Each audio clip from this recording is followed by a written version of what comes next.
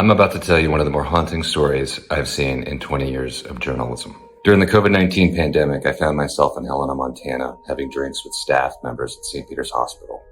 They told me a story about a patient who received 11 years of chemotherapy for stage 4 lung cancer. That patient died. The autopsy comes back negative for cancer. After a 2-year investigation, I found that a small-town doctor, though revered and loved by many, was connected to a trail of patient harm and suspicious deaths. Dr. Weiner is St. Peter's sole oncologist from 1996 to 2020. As the only oncologist in the region, Dr. Weiner kind of built up this kingdom where no one really questioned him. It took a traveling doctor to question why was this guy being treated for 11 years of stage 4 lung cancer.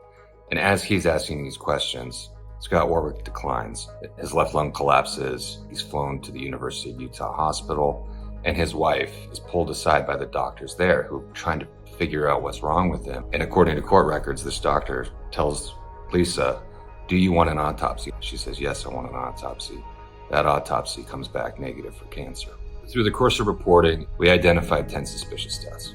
One is Scott Warwick, the patient who received 11 years of cancer treatment. Another is a woman named Sharon Dibble, who died as a direct result of Dr. Weiner doubling her morphine. There are also 7 what we call the phenobarbital cases. Patients who were talking and seemed to not be at death's door were given large doses of this drug, which is a barbiturate, and they died shortly thereafter. So in reporting the story, I talked to dozens of people. They describe his following as a cult. One nurse who worked with him referred to him as, quote, the Jesus of Helena. In my investigation, I found that Dr. Weiner treated a child for a type of kidney cancer for many years, and when she was 16 years old, the cancer had recurred. She ends up in the ER, and eventually he orders the administration of a very large dose of phenobarbital, a barbiturate, and that kills her as a result.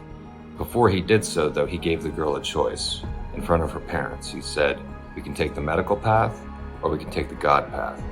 And experts and sources I've talked to have said it's not clear that this girl was terminal. This girl also had bipolar disorder and struggled with information processing and was asked to take the God path. She chose the God path. She was given about 1.4 grams of this barbiturate, and she died. I interviewed Dr. Weiner over many hours, and he described the way he makes money as, quote, eat what you kill. And what he's really talking about is a pay structure that, the more treatments and patient visits he bills to insurance, the more money he makes. And we found through, various, data analysis and records that he was, quote, an exceedingly high outlier, that he billed for more 15-minute visits than any doctor of any specialty in the nation. And he was making about $2 million a year. In the time period in which Scott Warwick was treated, he made more than $20 million. He built a high-volume business, essentially billing as much as he possibly could to insurance, meanwhile sending numerous patients through a carousel of needless and sometimes life-threatening treatments. Dr. Weiner is unapologetic. He thinks he's done nothing wrong. He denies all of the allegations, and he has quite a few people in town who remain supportive. So Dr. Weiner was fired from the hospital. However, he maintains his medical license.